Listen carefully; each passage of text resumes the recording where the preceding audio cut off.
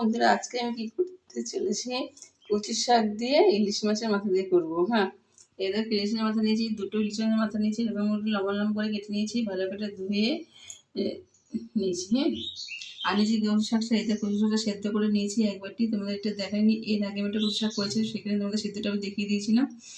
কড়াইতে করে, এটাও আমি কড়াইতে করে সেদ্ধ করেছি, আর দেখালাম না বেশি। হ্যাঁ, আর লাগছে দেখো নুন, হলুদ, চিনি, ফোড়নের জন্য নিয়েছি দেখো তেজপাতা, শুকনো লঙ্কা আর সাদা জিরে। আর এদিকে নিয়েছি দেখো কাঁচা লঙ্কা নিয়েছি, আর রেখেছে 4 পিস লেবুর টুকরো নিয়েছি। সেটাকে লেবুটাকে একটু পাতলা পাতলা করে কেটে নিয়েছি।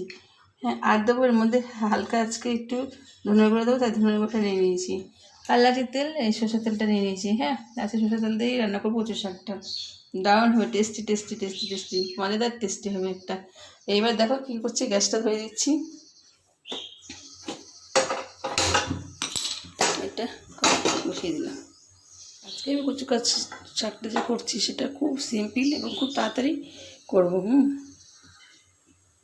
তেল দিয়ে দিচ্ছি পরিমাণ মতনই, এইটুকু দেবো, এটুকুতেই হয়ে যাবে রান্নাটা, পুরো রান্নাটাই। এখন গরমকাল, বেশিক্ষণ ভালো লাগবে না রান্নাঘরের মধ্যে রান্না করতে, তাই জন্য চলে এসেছি তোমাদের সুন্দর একটা সিম্পল জিনিস কিন্তু টেস্টি টেস্টি।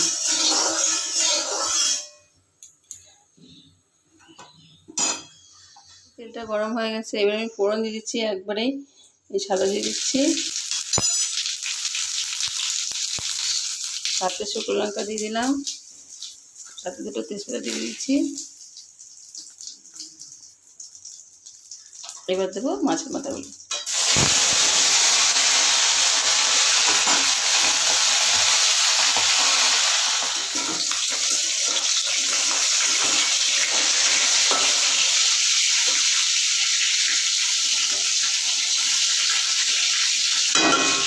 এই মাথাতে একটুখানি আমি নুন দিচ্ছি, এই দেখো পাটি দিয়ে দিচ্ছি আমি। এবার একটু দিচ্ছি হলুদ, পরে দেবো আমি একটু ভেজে নিচ্ছি মাথাগুলো ভালো করে। জল দিয়ে রান্না করতে হবে গরমে, বেশিক্ষণ ভাল লাগবে না রান্নাবেলা থাকতে।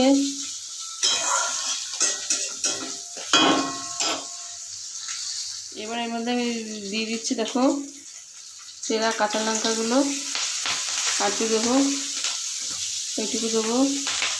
এবার আমি দিচ্ছি একটু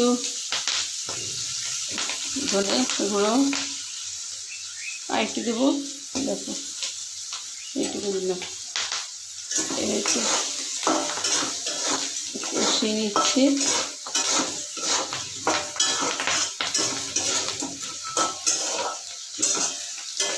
তোমরা ভাবছো ধনে গুঁড়ো দিলাম কেন? হ্যাঁ, আমি কেন আদা বাটা দিলাম না?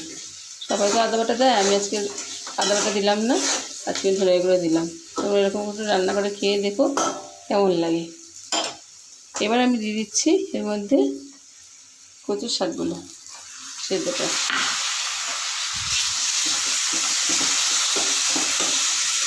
দেখলে কতক্ষণ লাগলো, একসঙ্গে হয়ে যাবে রান্নাটা।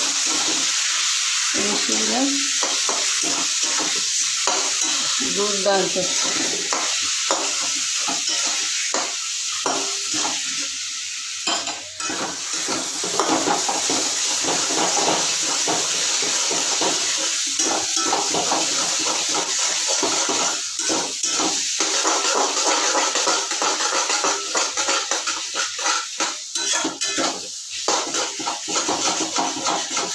কিছু হয়েছে, আর একটু শুকাবো। যে একটা মাথা ভেঙে দিলাম,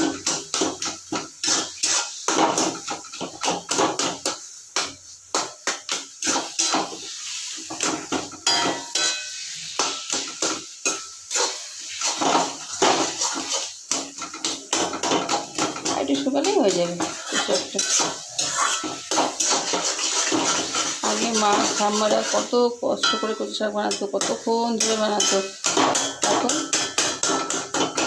একটু সময় লাগে না।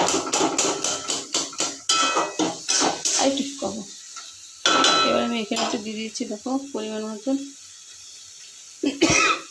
একটু চিনি দিয়ে দিচ্ছি। সরিষা কেটে চিনি দিলে ভালো লাগে খেতে। আমি দেবো, এইটুকু তো হয়ে যাবে।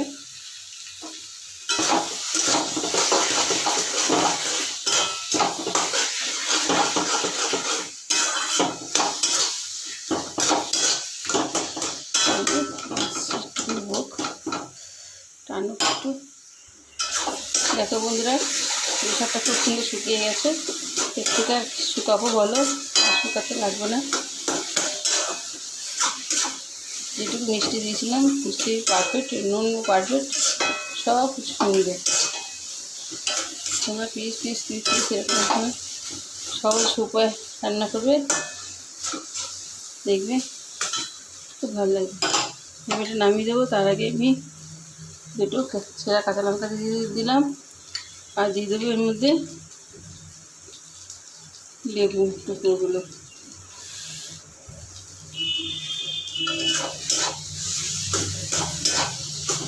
নাড়াচাড়া দিয়ে দিচ্ছি, লেবুটা দিলাম। গন্ধটা খুব সুন্দর করবে, এটাও খুব টেস্ট হবে। প্লিজ প্লিজ তোমরা করো এরকমভাবে।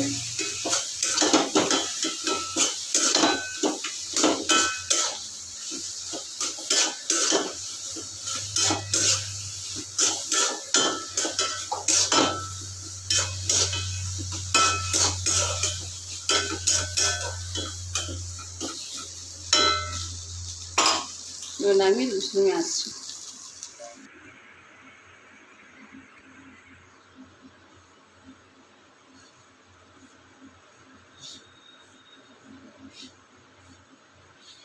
দেখো প্লিজ প্লিজ বন্ধুরা, কত তাড়াতাড়ি করে ফেললো কচু শাক।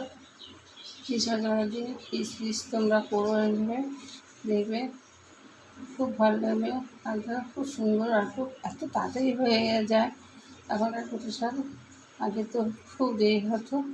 প্লিজ প্লিজ তোমরা করো, এটা নিজে খেয়েও এবং সকলকে খাইয়ে দেবো, সবার খুব ভালো লাগবে। আর ভালো লাগলে একটা লাইক করো প্লিজ প্লিজ প্লিজ প্লিজ। আসলে এখানে আসি। নমস্কার।